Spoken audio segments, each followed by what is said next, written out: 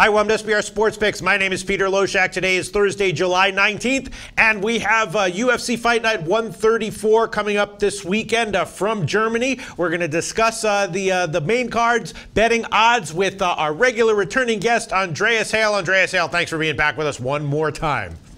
Absolutely. Thanks for having me once again. All right, there's some intriguing handicapping situations here. I'm not exactly sure what I'm thinking as of right now. We have the sides. We don't have any totals yet, but we do have prop odds. We do have various props for inside the distance or the fight going the distance and stuff like that. So we don't have any totals, but we have everything else. The main event, of course, is an interesting one, right? Mauricio Rua against Anthony Smith, and Rua has been sidelined for a while, right? His last fight was in March 2017. Smith looking very good. He definitely is a resurgent since he's moved up from middleweight. So I definitely like the condition that Smith is in right now. Definitely feel like he should be a favorite, but not quite sure he should be this big of a favorite. Is Rua once again maybe a veteran here who's getting a little bit disrespected as a big underdog? A few days ago he was plus 185, and the line has just gotten bet up even a little bit further, up to 193 at Pinnacle. Is that, I mean, obviously Smith is very impressive. I think he should be the favorite, but should he be this big of a favorite? No, absolutely not. This is incredible to me. I mean, yes, Shogun Rua is not the Shogun Rua from Pride, who was just decimating everybody in his way. He's gotten a lot older, but he has won 3 in a row, and he's still extremely dangerous. He's still Shogun. Anthony Smith is a guy who, before knocking out a completely washed up Rashad Evans, lost to Thiago Santos and hasn't necessarily beat really anybody of note. So I really don't understand the line here. Plus, he's stepping on a relatively short notice to take this fight. There's a lot of signs here that say Rua should win this fight. Maybe not be the favorite, but there's absolutely no reason the line should be this wide. I guess people look at this cage rush thing, but I'm not necessarily seeing it. For a guy who's as old as Shogun, he kind of needed the time off. It kind of recharged his battery. So I think he's in good shape in this fight. I have no idea why this line is like this. I mean, I guess they're looking at a bunch of factors that kind of come together. Obviously, the age is a big deal, right? Rua's 38, Smith is 29. Maybe people are spooked a little bit by Rua's historical record on the main card of in main event appearances. I knew that he didn't have a great record, but I didn't quite realize how bad it was. He's actually 2-6 in his previous main event appearances. Did you realize it was that bad? I knew it was pretty bad, but then the other thing I go back to is I look at who he's lost to. And Shogun has lost to Vince St. Preux, Dan Henderson, Chael Sonnen, Alexander Gustafsson, Forrest Griffin, John Jones. This is a who's who of the light heavyweight division. Anthony Smith hasn't really beaten anybody of note. So I think Smith should be a slight favorite, but yeah.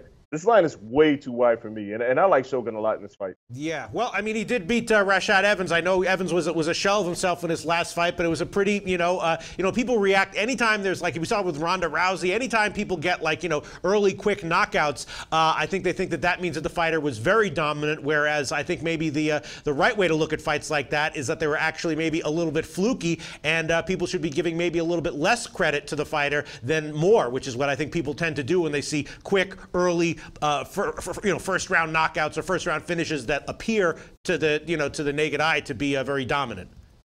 No, I absolutely agree with you. We see these results like this, and we tend to forget that Rashad Evans hasn't won in a fight in a long time. He hasn't looked like Rashad Evans in many, many years, and it was his last fight. He's out the door. So I can't give Smith that much credit for knocking out a guy who was a complete shell of himself. When he went for that takedown in that fight, he left his head wide open for the knee. It was something that the old Rashad Evans would have never done. So I look at those things, and I can't give Smith that much credit. And going into the Shogun fight, yeah, he's the younger guy, but Shogun is a seasoned veteran who has had some time off. He's 38, but I just can't count him out. All right, but also I definitely think that moving from middleweight to light heavyweight is a great move for Anthony Smith. He looks much better here. He doesn't have to make the weight cuts that he used to have to make, and he definitely seems like he's on a career ascension right now, right? No, and I will agree with that. I mean, moving up to light heavyweight was the smart thing here. I mean, Anthony Smith is a pretty good fighter. He's a pretty good striker. I guess somebody like Shogun, he may have an advantage there, but, he's 9 years, his junior, so there's a lot of advantages there. It's just ultimately when I saw this line, my eyes jumped out of my head because I thought Smith would be maybe a minus 125, a minus 130. I didn't see this line being this wide, and for that reason, again, I like Shogun in this fight. I'm going to make that an official pick. I'm taking Shogun who win this fight. Okay, well, right now at SBRodds.com, plus 193 at Pinnacle are the best odds for Rua. And as far, again, the total isn't out, but, you know, Smith is a finisher. Rua, if he wins, could probably get a finish as well. I was thinking that, obviously, the fight is scheduled for 5 rounds. You know, the fight not going the distance is minus 370, which is obviously a massive favorite line. On the other hand, is there any way this fight does go the distance? 5 rounds? It's possible. It's really dependent on how Shogun fights. I think, you know, Anthony Smith, I know what he's going to do. At Shogun, we're a little curious, you know, maybe he backs off because when he gets into these wild fights, that's when he tends to get hurt.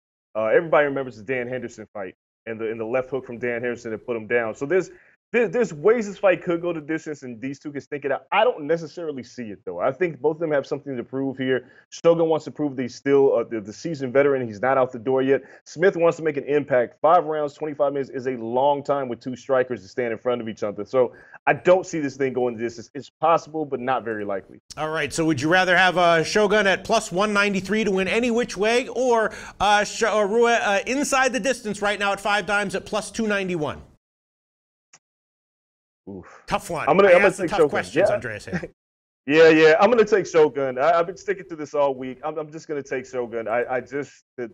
He's been around. He's been around too long. I think that there's still tricks up his sleeve. So I'm gonna take Shogun. And you know, again, if this line was a little bit closer, I'd be like, oh, I'd stay off of it. But no, it's just he's being disrespected a little bit too much here. All right, Andreas Hale is going to make Shogun Rua plus 193 an official play. I'd be leaning the fight not going the distance even at the big favorite line, and I'm very curious to see what the total will be when it comes out. Thinking about a shot with the under on it, you know, if it's not too low. As of right now, I'm going to pass on that one. Next fight is another big you know, veteran in his late 30s, but in this case he's the favorite, Glover Teixeira, favorite of about minus 175 or so a few days ago. And that line has gotten actually bet down, now down to about minus 165. Heritage is all the way down to minus 155. So the best line, if you wanted to share right now, would be at Heritage at minus 155. On the other side, Corey Anderson at plus 146 would be the best line at Pinnacle. So Pinnacle appears to have a lean to Teixeira, and Heritage appears to have a bit of a lean to Anderson. Definitely uncertainty market-wide right now as to exactly how big of a favorite Teixeira should be here. Of course, he's coming off another crushing knockout, so he may be 38 years old, but he's looking in top form as good as ever right now. Or would you disagree with that? You think he's in decline or in top form? No, he's in top form. Mm-hmm. This is another line that's bizarre to me. I think that Glover Teixeira should be a huge favorite in this fight. Corey Anderson hasn't necessarily beat anybody. He beat Patrick Cummins by decision last fight. He's been knocked out by Ovince Prue. He's been knocked out by Jimmy Manuwa. You know, he lost a split decision to Shogun. And Glover Teixeira has only lost to John Jones and Alexander Gustafsson. And I'm trying to think of who else he's lost to recently. Let's take a look. Anthony Rumble Johnson. Those are 3 guys that it's okay to lose to. Corey Anderson's not a guy that's going to put Glover Teixeira down. I don't think his wrestling is good enough to deal with Glover's jiu-jitsu. I think this is bizarre because I think Glover should be where Anthony Smith is on his line. I think he should be flip-flop. Somebody got this wrong. So give me Glover Teixeira all day. I think he's probably going to finish this fight because Corey Anderson is prone to get finished. I'm surprised Glover's not a minus 220 or 250 favorite. I think he should be a huge favorite in this fight. Yeah, this is another fight where I was thinking maybe a finish. This is only scheduled for 3 rounds, of course, but 2 very high-pressure fighters. I think that if Anderson wins, I'm thinking that probably it's by decision, and Teixeira probably wins, inside the distance. This fight not going the distance right now is minus 195, and Teixeira inside the distance is just plus 102, which I think, you never know what's going to happen, especially in 3-round fights like these. I think it's more likely that Teixeira gets a finish, but I could see him getting a decision win as well. So if you want Teixeira, the best line we can give you right now would be minus 155 at Heritage. That's easy. Give me that all day, every day. Like this one is simple to me. I just don't see a way Corey Anderson can win this fight. And you think that you wouldn't want him inside the distance at plus 100? You think a decision is entirely possible here for Teixeira? The thing about these 3-round fights is, somebody gets touched, and Corey Anderson's a guy, if he gets touched and he tries to resort to wrestling, he can try to stink this out and still lose the fight. So it makes me say, you know what, I think Glover's going to win any way he wants. But one of those ways could be decision because Corey Anderson may choose to completely not engage with him because he's not a striker. So he doesn't leave himself open a lot. A finish could happen, but I'm not going to put all my chips in on that. I just put all my chips in on Glover Teixeira winning this fight. Okay, and now let's move on to Vitor Miranda against Abu Asatar. Asatar, of course, is a German fighter. There's a couple of German fighters on the main card here, and he is one of them. He's going to be, he's going to have the home country advantage here. And Asatar, to my eye, is looking, looking pretty impressive here. He's an aggressive fighter. He's done well in some, some regional promotions in Europe, and he's fighting on his home soil. He's got finishing skills on a winning streak. There's a lot of positives.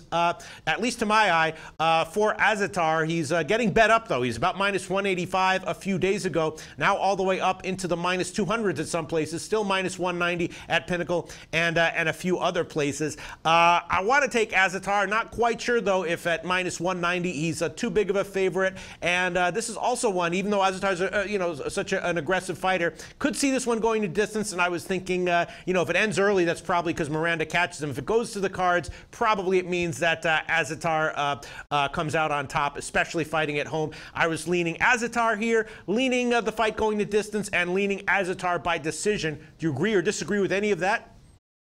I agree with it all. I just hate the line that it keeps getting bet up. When I saw it earlier, I was like, this is interesting. Asatar is pretty good. I know, Miranda lost to Martin Vettori in his last fight, and he didn't look too great there. He's lost 2 in a row. So Asatar has all the momentum, but with this thing getting in the minus 200s, it's just, anything can happen, especially when the guy is kind of making his octagon debut here. And it's like, I got to stay off of it. I agree with all the leans, but I can't make it an official pick. Yeah, the market definitely expecting the fight to go the distance. The fight to go the distance right now at 5 dimes is minus 140, and a fight not going the distance is plus 110. And Asatar to win by decision is plus 137, but Asatar to win inside the distance is plus 252. So the market definitely expecting that if Asatar wins, it's more likely to come by decision. And my sense is that if Miranda does win, it's because he catches Asatar and it wins inside the distance. So Miranda inside the distance is plus 362. Maybe you could do a hedge there. I don't know. All right, I'm gonna hold off as well. I'm definitely I definitely want to see also what the totals are for all these fights. But I'm leaning Asatar, and I'm leaning Asatar by decision at plus 137 as well. Now let's move on to the Stefan Struve fight. Stefan Struve fight's always very interesting to analyze. Struve, of course, super tall, but doesn't necessarily maximize his reach and height advantages, and it's looking like he might never actually figure out a way to do that. And he is a big underdog here against Tybura. Tybura is in the minus 200s right now, right around minus 240, minus 250. Not a lot of movement on this line either. Again, this fight is important to both fighters. Clearly, Struve is a significantly flawed fighter at the moment compared to how some people think he should be fighting. But should he be this big of an underdog? This is a huge line. Struve, very flawed, but no slouch. Or is he? Is Struve a slouch? I've kind of given up on Stefan Struve. However, that being said, there's always these fights that he comes back and he reminds us why we thought he was going to be great to begin with, and this could be that particular opportunity. Should he be this big of an underdog? There was a question, and the answer is no.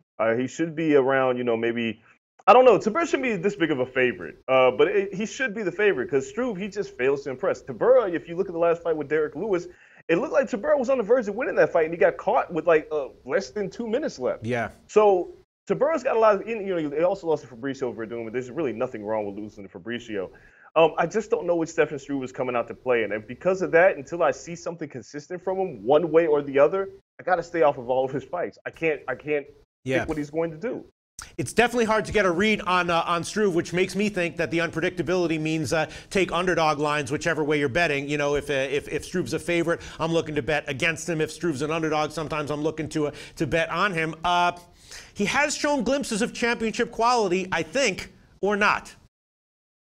He did. Once upon a time when he showed up, he was the new guy on campus. He was extremely young. People tend to forget how young he was. Well, he's still young.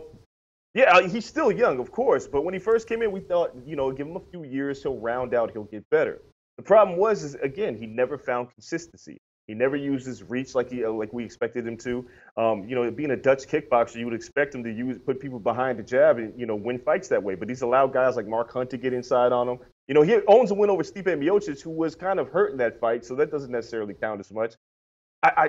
He's a mixed bag. There are times where you say this guy could put it together, but I need to see it for like 3 fights. If he can put it together for 3 fights, I'm here for it. But until then, I got to stay away.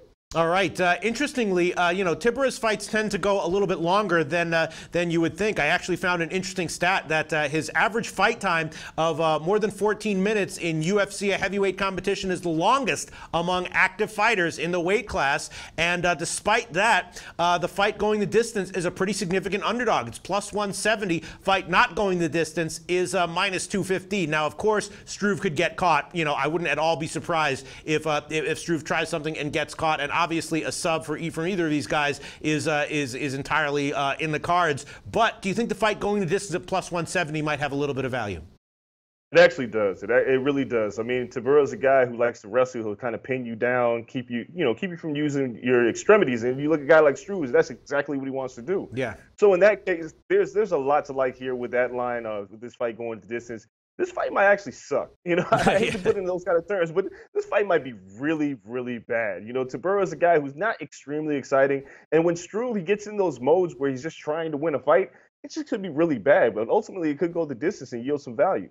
Yeah, well, I love boring fights. If I'm sure a fight's going to be boring, then I just bet the fight going the distance, and they're usually there's great value there. So I like that. That's I'm thinking that. All right, I think I'm going to hold off on this entire card as far as official picks are concerned because I want to see what the totals are. I want to think about it a little bit more, but I'm definitely leaning at those odds. The fight going the distance at plus 170, and then Tybura by decision is plus 306.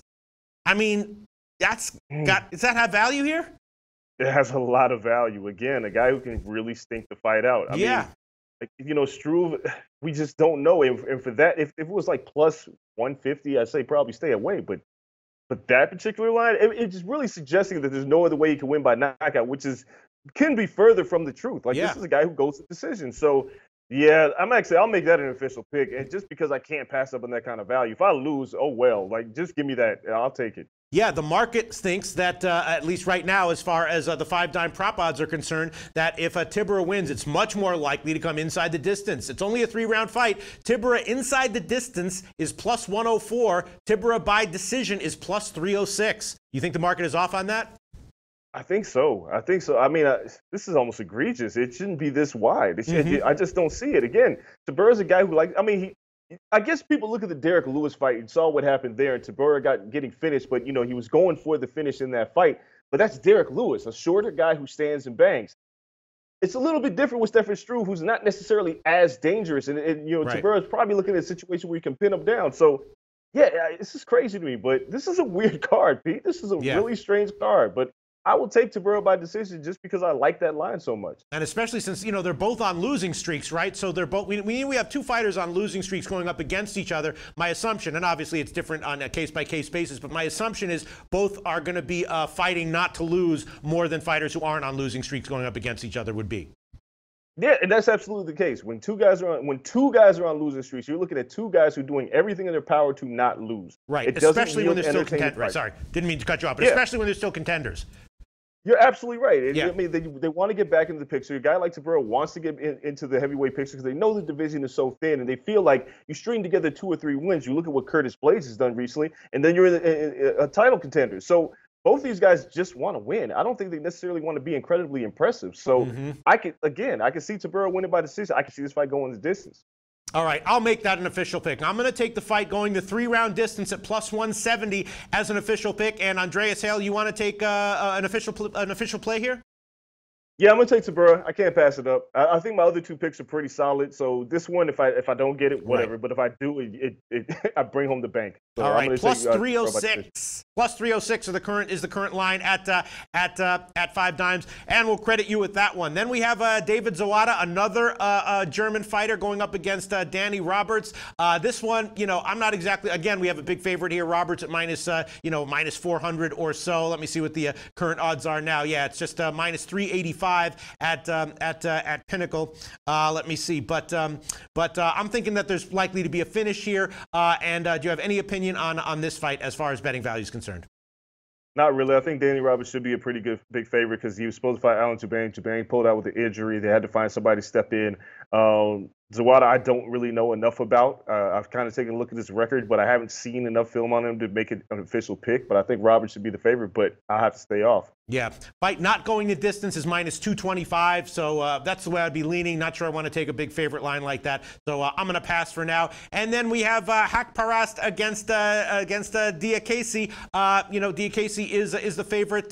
This one is another fight where I'm not sure if either fighter has a betting value at the current odds, but it should be an exciting fight, and I'm thinking that no matter who wins, there's probably going to be a finish. What do you think about this one? I think Diakese should be the favorite. He's lost 2 in a row. This was a guy that was supposedly on the rise. He's a devastating striker. There's a lot to like here, but and it's weird that the line is getting bet down. I don't know what people are seeing that I'm not here. I think Diakese should be a pretty significant favorite. Kind of where he's at right now, but it feels like the line's going to continue to come down. But I think there will be a finish in this fight. I think Diakese is kind of pissed off because he's lost these last 2 fights. He lost to Dan Hooker by submission, kind of left his neck out there to get guillotined. So I think he wants to win. But again, he's against an opponent that I don't know a ton about. And when that happens, you never really know. Diakese could try something stupid and get caught. So yeah. I'm going to kind of stay off of this fight. Yeah, fight not going to distance is minus 145, which is not a huge favorite line. Tempting, that's a lean as well for me. And Diakese inside the distance is plus 169. So, that's a nice underdog line, but not a huge one when you're looking to take a prop like that. So this fight is going to be a pass for me as well. All right, great analysis as always, Andreas Hale. Let's just quickly review. Andreas Hale is going with Mauricio Shogun Rua to win at plus 193. We'll see if this line remains where it is or if it gets bet. Either which way. Also, Andreas Hale taking Glover Teixeira at minus 155, which is the current line at Heritage. And then in the Struve Tybura fight, I'm taking that fight to go the distance at plus 170. And Andreas Hale taking a long shot with a prop on Tybura to win by decision at plus 306. I might go on that one by myself before all is said and done. Just want to think about it a little bit more. Andreas Hale, thanks so much once again. Talk to you very soon. Hey guys, thanks for tuning in to our channel. Now we've put a lot of work into producing all these free videos, so please help us out and keep all our content free for you forever by simply liking, sharing, commenting, and subscribing. Now, not to mention, a visit to our industry-leading website will warm the hearts of all our SBR employees, especially myself. Now, the links are over there to the left, so do check those out. Thanks for watching.